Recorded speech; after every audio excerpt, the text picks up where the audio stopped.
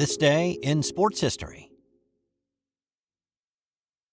Hey, I'm golf broadcaster Matt Adams. The updated and expanded second edition of my book, The Golf Round I'll Never Forget, Golf's Biggest Stars Recall Their Finest Moments, is now available. Readers can expect to march with Arnie's Army at the 1960 U.S. Open, relive Jack Nicklaus's remarkable 1986 Masters win, and be amazed by the Tiger Slam. The Golf Round I'll Never Forget, Golf's Biggest Stars Recall Their Finest Moments. Pick it up where fine books are sold, including BarnesandNoble.com and Amazon.com.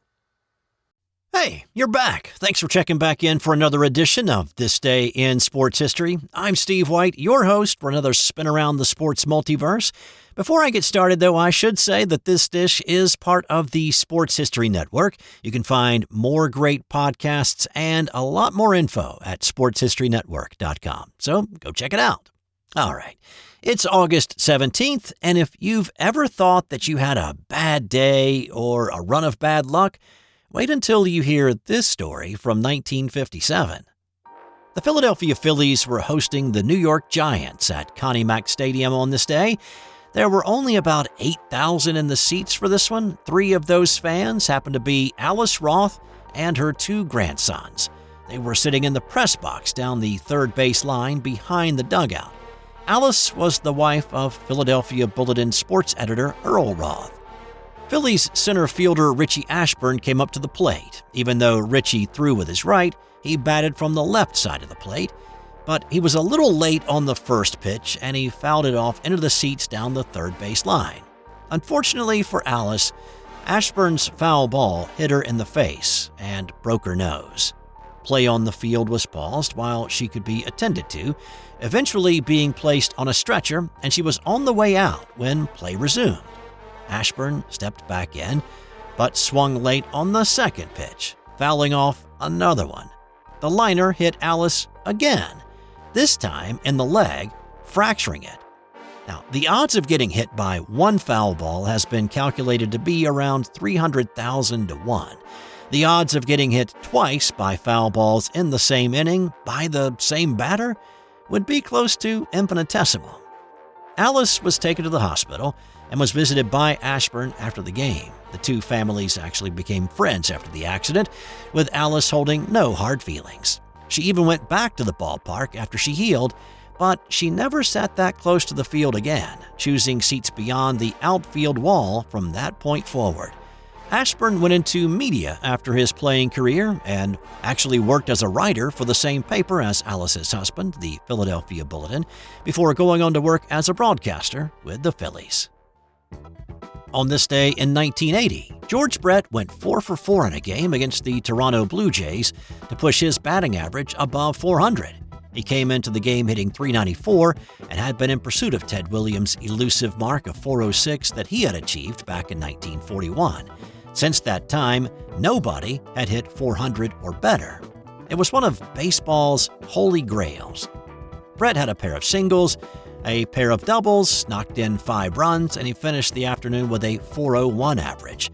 Rod Carew had flirted with 400 for a while a couple of years earlier, before ending with a .388 average in 1977. Brett started the season a little slowly, and if he could have picked up a few more hits in April and May, his odds of hitting 400 in the 1980 season would have gone way up. He actually did not hit the 300 plateau until late May. Well, after Brett's 4 for 4 performance on this day, he came back the following day, going 3 for 5 against the Texas Rangers to boost his average to .404. He hovered around the 400 mark for a bit, even getting to .407 after going 5 for 5 against Milwaukee on August 26th.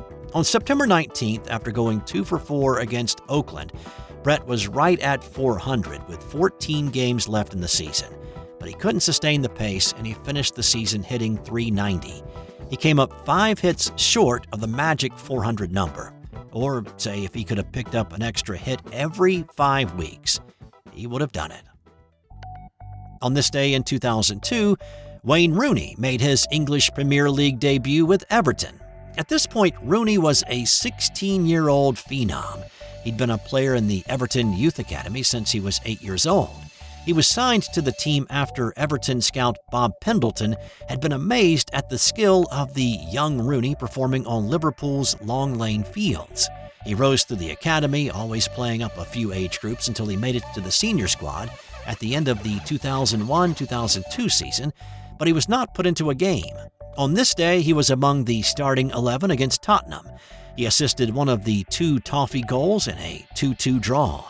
He played 66 minutes before being substituted for. It would be a few more weeks before he notched his first goal. Of course, Rooney is more well known for his time with Manchester United, but he did return to Everton late in his career before retiring after the 2021 season that he spent as player-manager with Derby County. And 3 quick golf stories for today. One sweet, the second improbable, and the last unprecedented. So on this day in 1997, Davis Love won his first and only major, played that year at Winged Foot in Mamaroneck, New York. Love started off the day tied for the lead with Justin Leonard, but he soon distanced himself from Leonard and the rest of the field. He was bombing it off the tee, averaging 306-yard drives, and his putting was on point. The final 4 holes were played in a driving rain, but by the time Love walked up to the green to putt out, the rain had stopped, the sun had come out, and his final putt was framed by a rainbow. Davis had been taught the game by his father, a PGA teaching professional. His dad had passed away in a plane crash back in 1988, and many found the rainbow a symbol of his dad's love from on high. Love's performance was dominant. His 66 on this day was only bested by Jeff Maggart's 65, and he finished 5 shots clear of the field. One golf statistician called Love's week as the second most dominant win since 1960, and the only one statistically better was Tiger's 15-shot victory at the 2000 U.S. Open. On this day in 2003, it was one of the more improbable wins in major tournament history. This was the PGA Championship played that year at Oak Hill in Rochester, New York.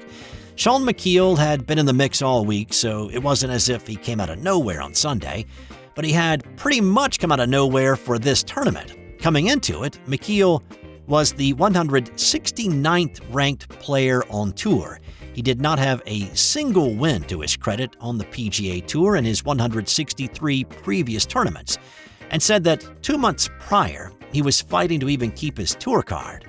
But on Thursday, a first-round 69 put him within 3 shots of the lead. A 68 on Friday put him alone at the top of the leaderboard. He kept it steady on Saturday with a 69 and was heading into Sunday tied for the lead with Chad Campbell.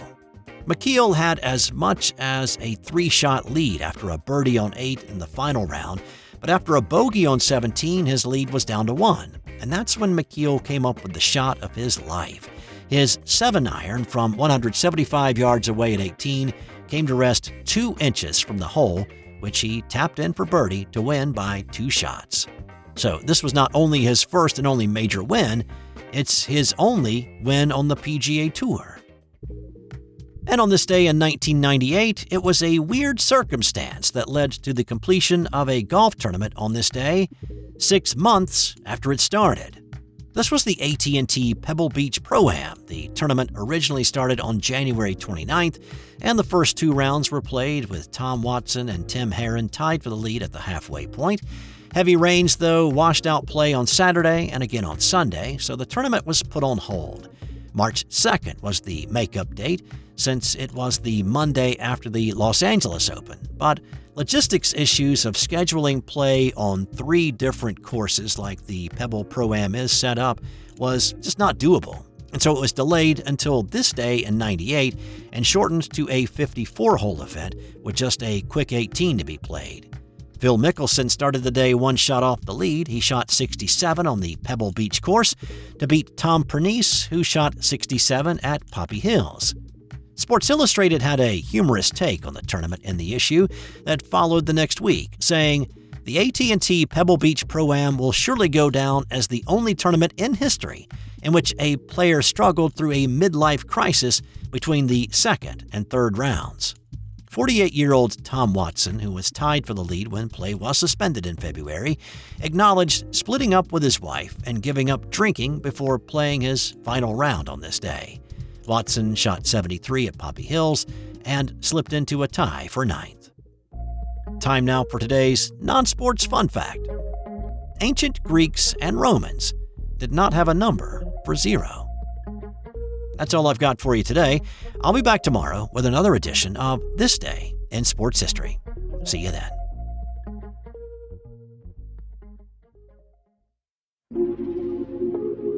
This has been an original Thrive Suite production. Hey there, sports history fan. This is Arnie Chapman, a.k.a. the Football History Dude, and I hope that you enjoyed this recent episode presented by the Sports History Network and were able to learn some good old-fashioned sports history knowledge nuggets. I started the Sports History Network back in 2020 with the mission to help podcasters find a community of like-minded sports history nerds, as well as helping aspiring podcasters to start their own shows. We have a little bit over 30 shows on the network right now covering all sorts of sports history, but as far as I'm concerned, we're just at the toothpick in the ocean moment, that can't even figure it out because there's so much more coming. We wanted to create the ultimate headquarters for sports yesteryear, starting with Podcast Network and our website, but we're going to continue to move into other mediums as well. And here's the cool part, because we want you to be part of our team. So if you're interested in starting your own podcast, or maybe being a guest on one of our shows, or who knows, maybe even writing an article for us over on the website. Seriously, all you gotta do is reach out to us on the contact page over at sportshistorynetwork.com.